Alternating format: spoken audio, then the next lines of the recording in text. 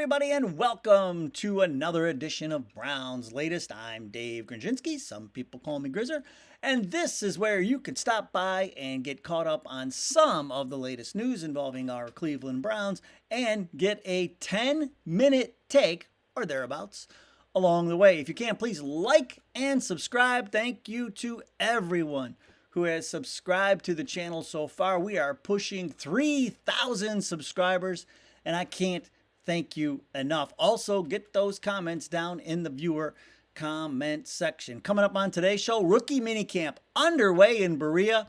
We've got some pictures, and we'll go over the highlights from day one. Also, something Andrew Berry says that pretty much confirms Jerome Ford is locked into that running back rotation, and Nick Chubb's days are done in Cleveland. And then, hey, I'm going to let you know why the Browns drafting Shedeur Sanders is the best thing that could have ever happened to Dillon Gabriel. And then, of course, we've got viewer comments, and we've got one viewer who says we need to trade Flacco and Pickett right now. Just get rid of them already. But we're going to start with rookie minicamp, and check this out, folks. Look at that. They're showing up. There's Shedeur Sanders being greeted by Emerson.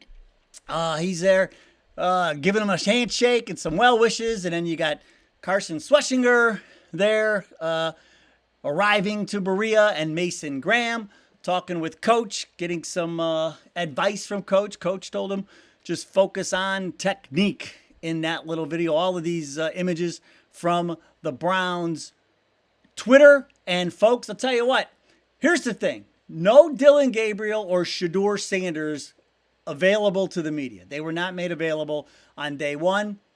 They'll be there today. But here's the thing.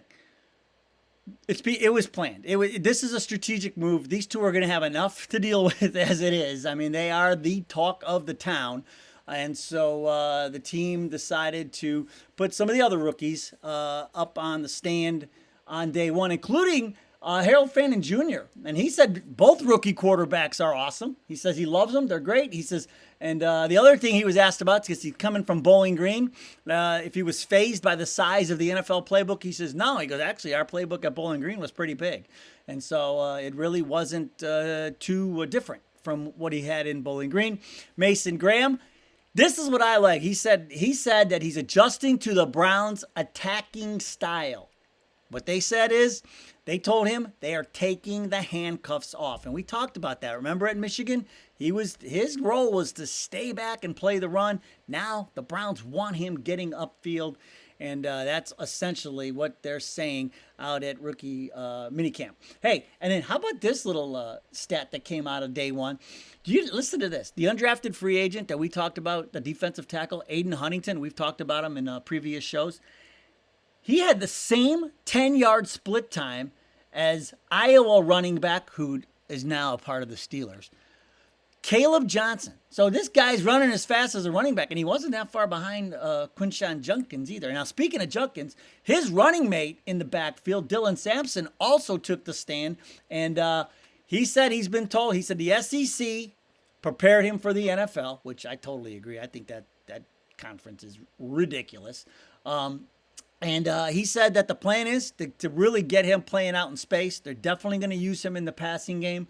And the other thing he said that goes into the type of offense they're going to run. He talked about the 4 and 5 yard plays. He said he's fine being patient, getting 4 or 5 yards here, 4 or 5 yards there. He says, and then in the second half, the third and fourth quarters, that's when you'll get your explosive plays, because he's the home run threat of the two. But you're going to see a lot of that, folks. You are going to see a lot of the running game and the tight ends, the short passing game in this new style. Well, it's not new. It's the Kevin Stefanski style of offense. And, of course, the play action will be a big part of it. So those are some of the highlights from day one. And then the other, so speaking of these running backs, Jerome Ford, the other thing that came out on day one of rookie minicamp is comments that Andrew Berry had said. He says that we got guys in the running back room now that we like.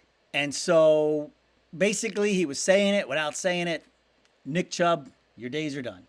And so It'll be Jerome Ford with Judkins and Sampson in the backfield. You might even see Ford. He may still be there as a kind of the quasi starter to begin the season, just to get the rookie, until the rookies really get up to speed. But remember, he's a 5th-round pick. There's a 5th-round pick, Jerome Ford. There was some other 5th-round pick who's been making news recently. But anyway, I digress.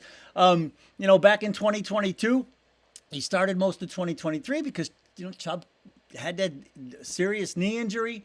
Last year, he rushed for 565 yards. He averaged about 5 yards a carry, though. So I think the Browns, look at that and say, yeah, he can do some things. But the other thing is he caught 37 passes for 225 yards. Here's what I've always said about Jerome Ford. I think they use him. I mean, I don't think they use him correctly.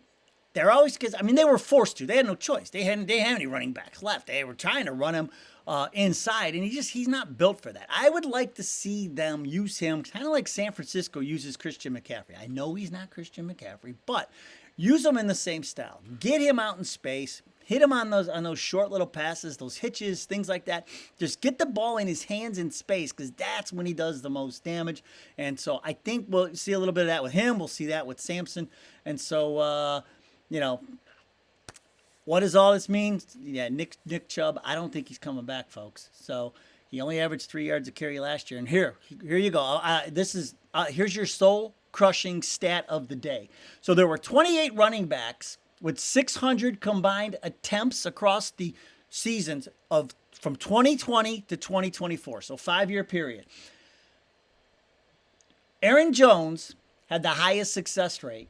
Only Nick Chubb has a higher yards per rush rate the last 5 years in the NFL. That is insane. So there's your soul-crushing stat and a parting blow for Nick Chubb. But, that's just the way it is, folks. I mean, things change, and especially with running backs in the NFL. And that's why I'm reluctant to pay running backs, because boy, oh boy, they're here and they're gone so quickly. But based on what Andrew Berry's saying, it doesn't seem, it is all but sure that Nick Chubb will not be coming back. Now, the other thing that we have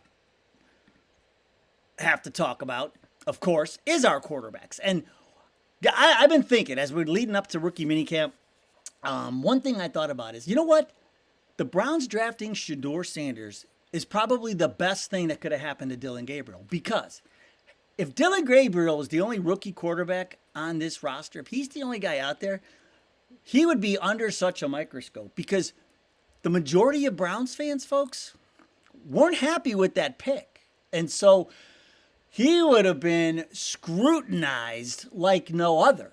And I'll tell you what, the first batted down pass, even if it was at rookie minicamp, people would be in an uproar because of the height thing. And so there would have been so much on him. But Shedeur Sanders falls down to the 5th round. We go and get him. And now, the entire focus has shifted. And so Shedeur, who's used to this, right?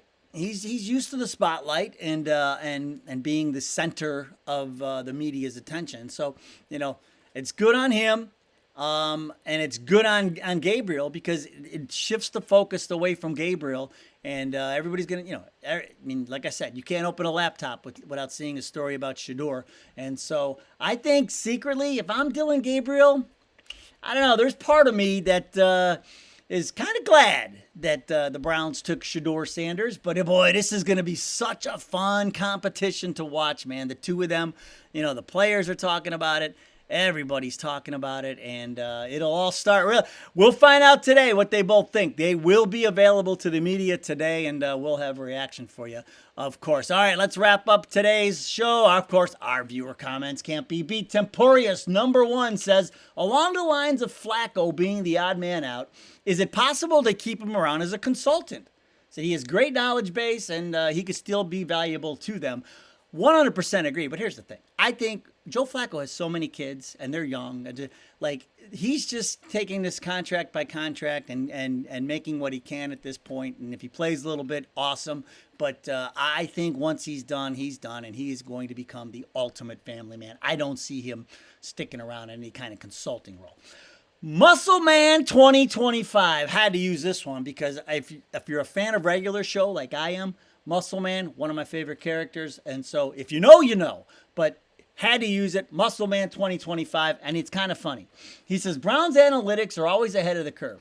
Gabriel's bird talent, remember calling the birds, then the birds were telling him that the Browns were going to take him. Gabriel's bird talent means he's the only player in the NFL with a distinct advantage over any team with an animal for a mascot. So smart. The Browns are playing chess when everyone else is playing checkers. So, again, it goes back to, we always talk about it, Andrew Berry being the smartest guy in the room, Muscleman 2025. He's saying the same thing without saying it. So, but great handle, Muscleman 25. Gibby, PN 6YZ says, Sanders should start and we need to trade Flacco and Pickett, because we need to see what Sanders and Gabriel can do. And now I agree that we need to see what they can do, but I say it has to happen naturally. So if both veterans are hurt and then you have to play the rookies, then fine. Or if, we do end up trading one of them and the other one gets hurt, I want it to happen naturally. I would like to see the rookie. I'm not saying I don't want to see them play in 2025, but what I'm saying is I want them to soak it in as long as they can before. I don't want to rush these guys in there. So that's where I stand on that. Timo72 says, Shador is just doing Shador things. The ridiculousness of this draft did not change him. I agree. And you could see it. And one of the, I think it was Dylan Sampson said, he met him and he's like, man, he's very humble and just appreciative of the opportunity. Just like, I couldn't, he's just like any other rookie now. It's a restart for all of these guys. So they were the top dogs last year on their teams in college, but now they step into this. Now they're in a room full of pros, and so everything changes. And then Thomas Vatau, 9434. I hope I said that right. The Miles take is crazy. Remember my take on Myles Garrett? I was so upset. I wanted them to trade him when he wanted to be traded. He says, didn't make any sense to move him. It was the first thing the team played correctly for a while. And we're going to find out. He should have some gas in the tank. He's got some help on that defensive line. And I don't know, man, this defense, with Alex Wright talking the talk, it's going to be interesting to see how they can put it all together and get it going. All right, day 2 of rookie minicamp. We're going to break it all down for you in the next episode, but thank you so much for stopping by. All right, football. We're already talking about football again, folks. How good does that feel? All right, that'll do it. Go Browns. We'll see you next time.